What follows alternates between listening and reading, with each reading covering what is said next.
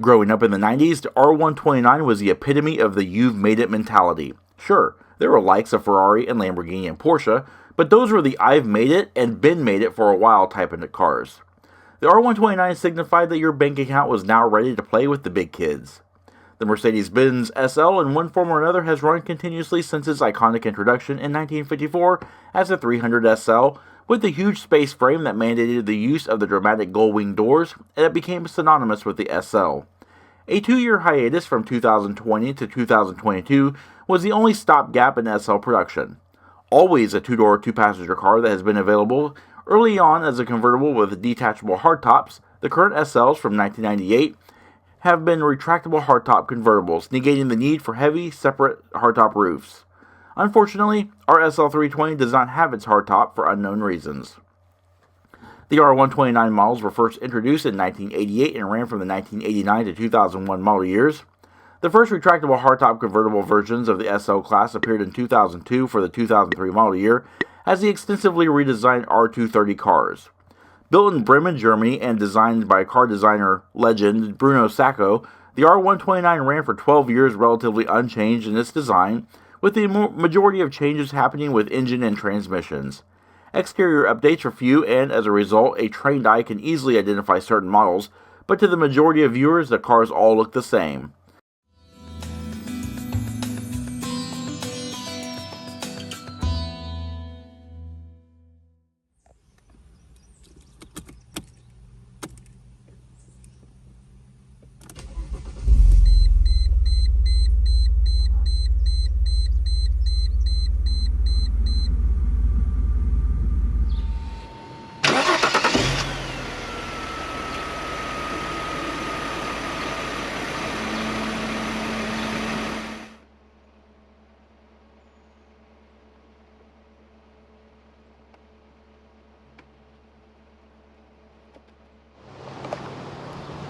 Hello everyone, we are at McCormick's Creek State Park in Spencer, Indiana, and today we are taking a very detailed, in-depth walk-around look at this very nice, very well-preserved 1997 Mercedes-Benz SL class.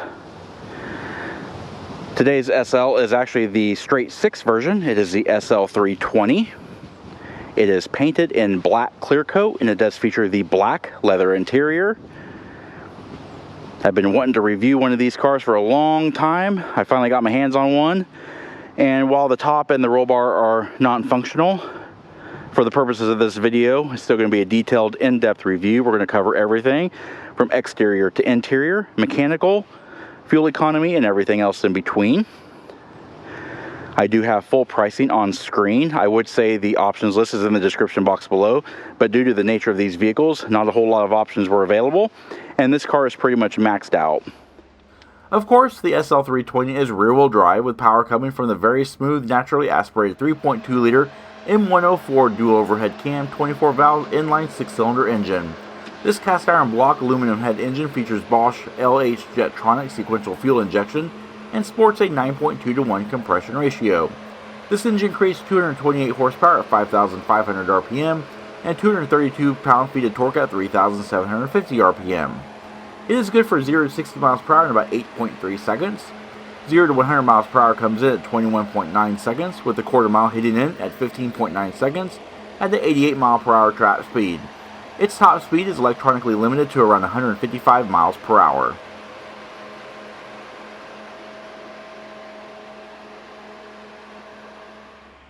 The R129 comes equipped with a 21.1 US gallon fuel capacity, and it consumes 5.6 gallons per 100 miles driven, with an estimated total driving range of 380 miles. EPA fuel economy figures are 16 miles per gallon in the city, 22 miles per gallon on the highway, and a combined average of 18 miles per gallon.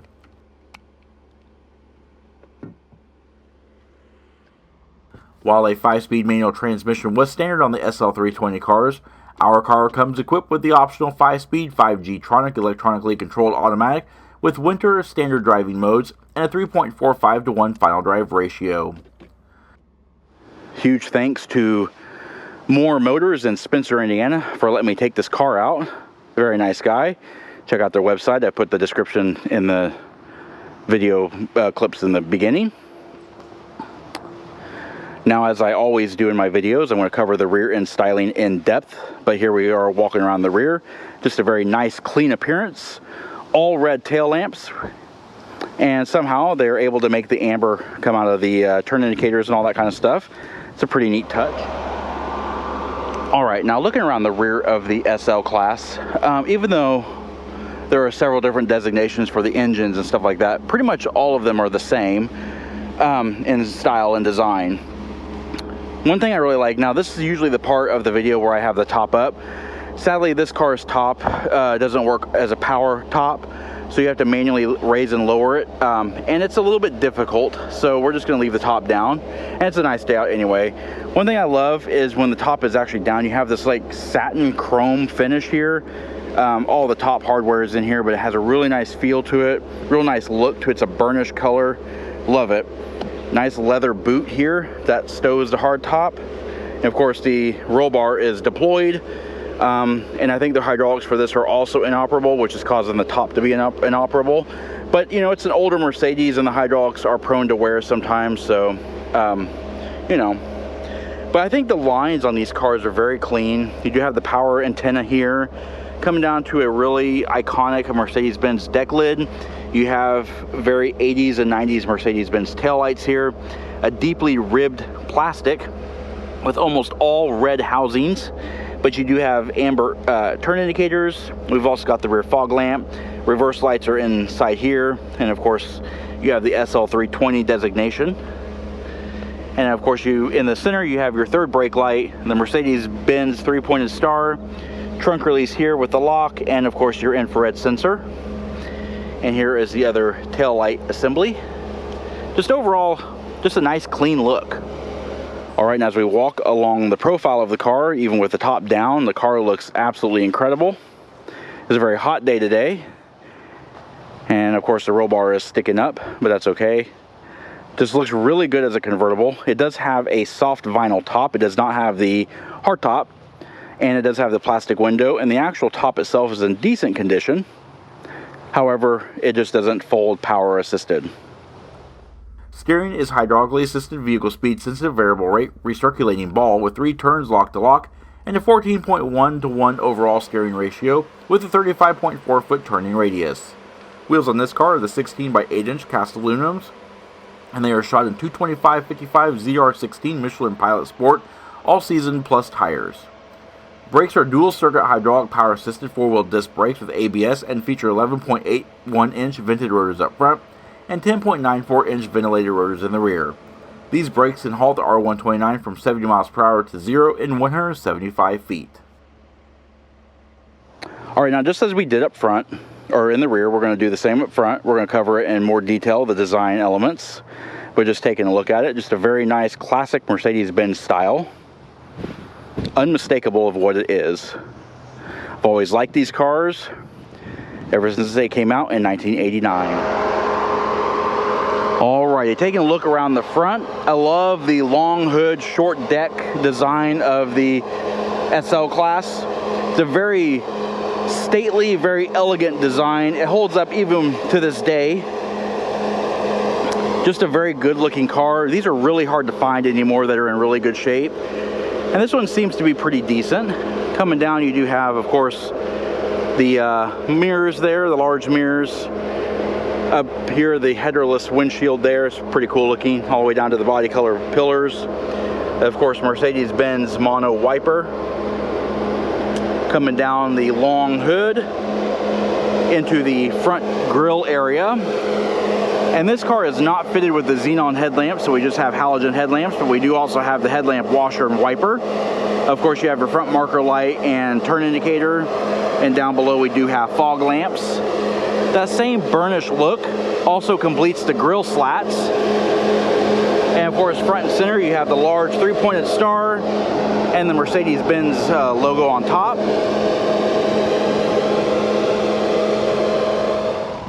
All right, now before we get inside, let's take a look at your key fob. It's a very simple switchblade key. Now it does have an infrared sensor here, and it does have single button here. It operates the lock and unlock feature. I think the battery on this is dead though, but essentially the receiver or the sender sends it to the receiver in the door, and these lights will light up whether it's locked or unlocked. But we do have the laser cut switch key or switchblade key here, and the car is unlocked. You can also unlock it manually by using the key fob. But let's go ahead and open up the door and take a look and see what we have inside. Inside is a fabulous interior, very well constructed, nicely crafted, high-end attention to details, nice amounts of quality and materials. Of course, these cars were very expensive when brand new, so anything less would be considered not acceptable. Let's take a look at the door panels. The doors are very nice and solidly built.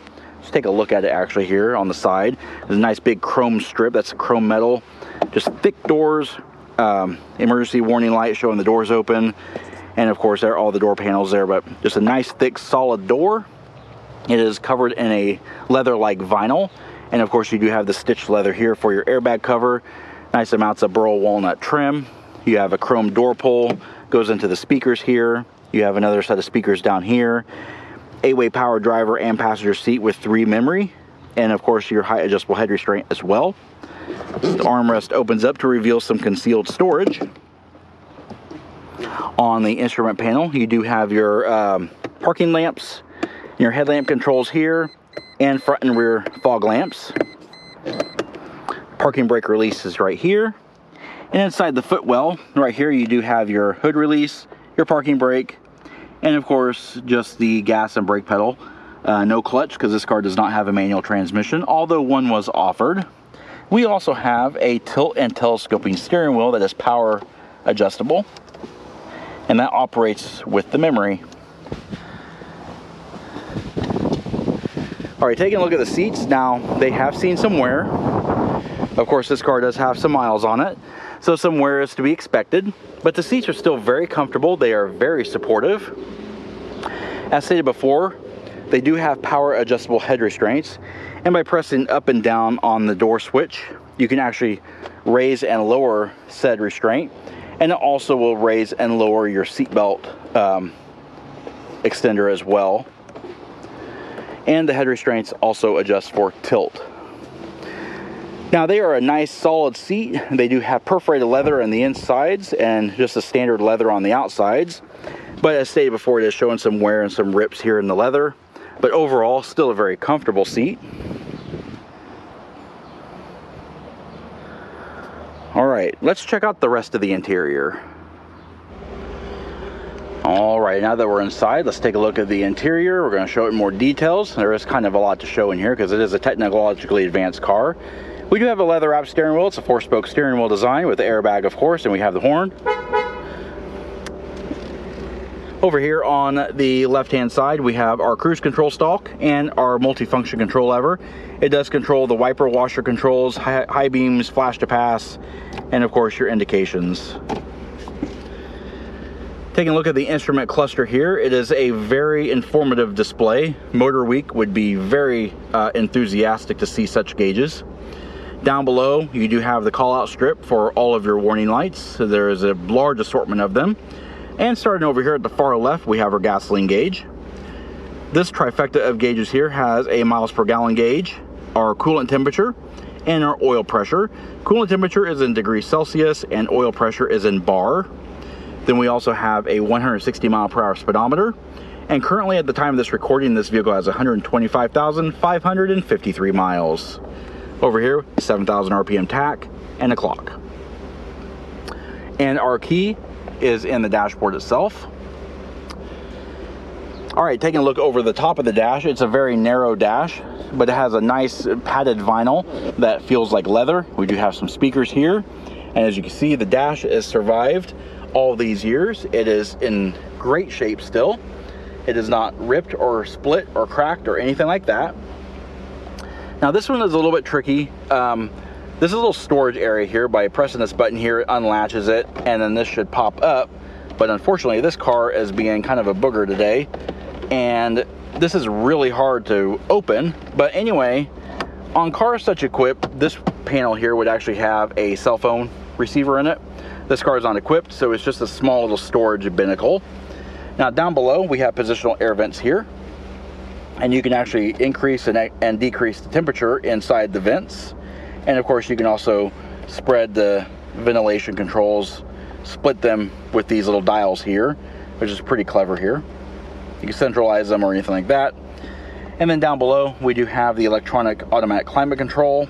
You can set your temperature here, defroster, EC, I don't know what that is, rear defroster when you have the hard roof in, but it does not have a heated rear window. Recirculate here, fan speed control here, a rest mode which turns the system off, and our panel distribution. Down below we have the Mercedes-Benz AM/FM cassette player, and in the trunk we do have the 10-disc CD changer. Blank switch here, power lock switch here, 4-way flashers, ASR traction control. This is our roll hoop control button here, and inside here we do have an ashtray and some coins or a cigar lighter.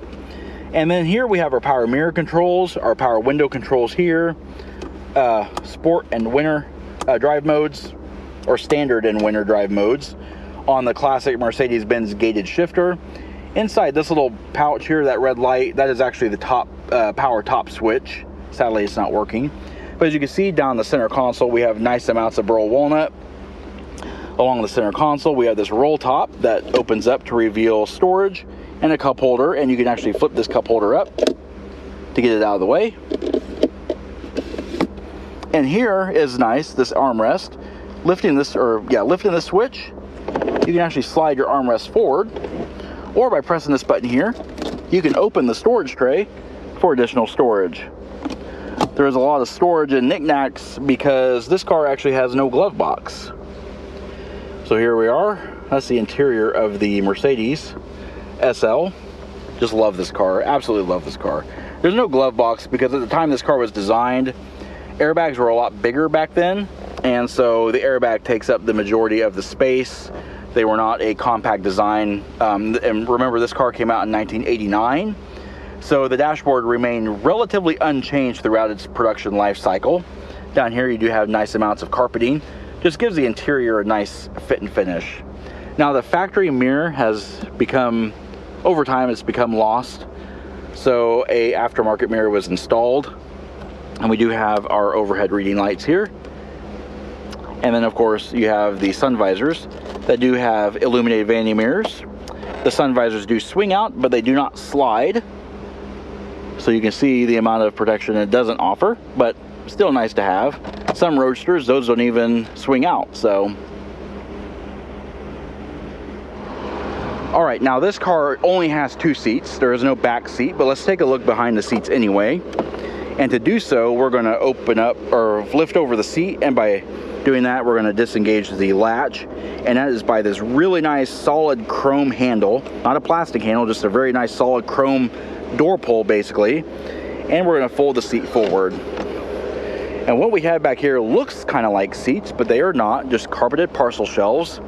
We do have the premium Bose audio system, so you got some of the speakers back here and down here, but these actually do open up. This side opens up to reveal the amplifier and all that kind of stuff for the Bose sound system, and then over on this side it is basically your glove box, so it houses the owner's manual and all that kind of stuff.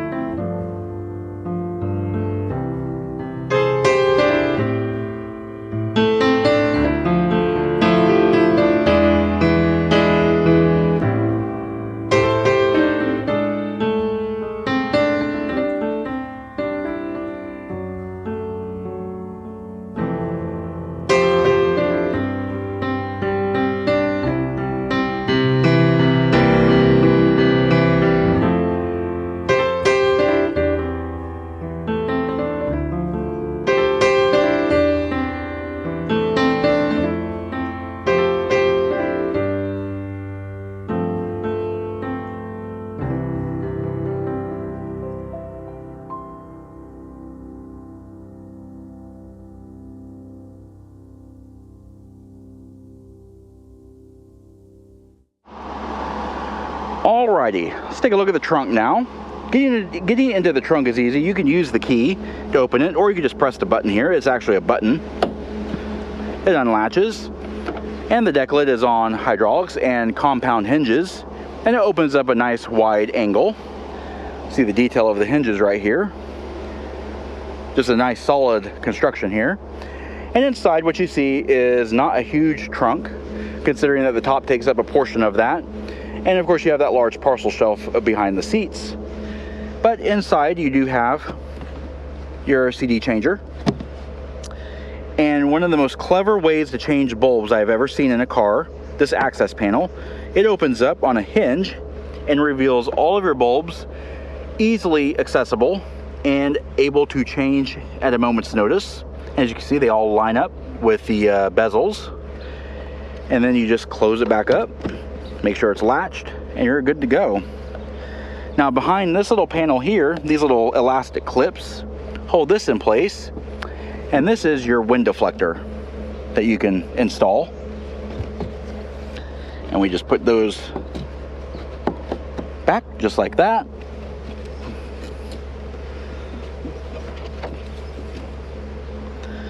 These are the manual top tools here. We'll kind of go over that here in just a second. You have a floor mat here as well. And underneath the main floor mat, as you can see here, you have a small little access panel here. That opens up to reveal your full-size spare tire with jack and tools.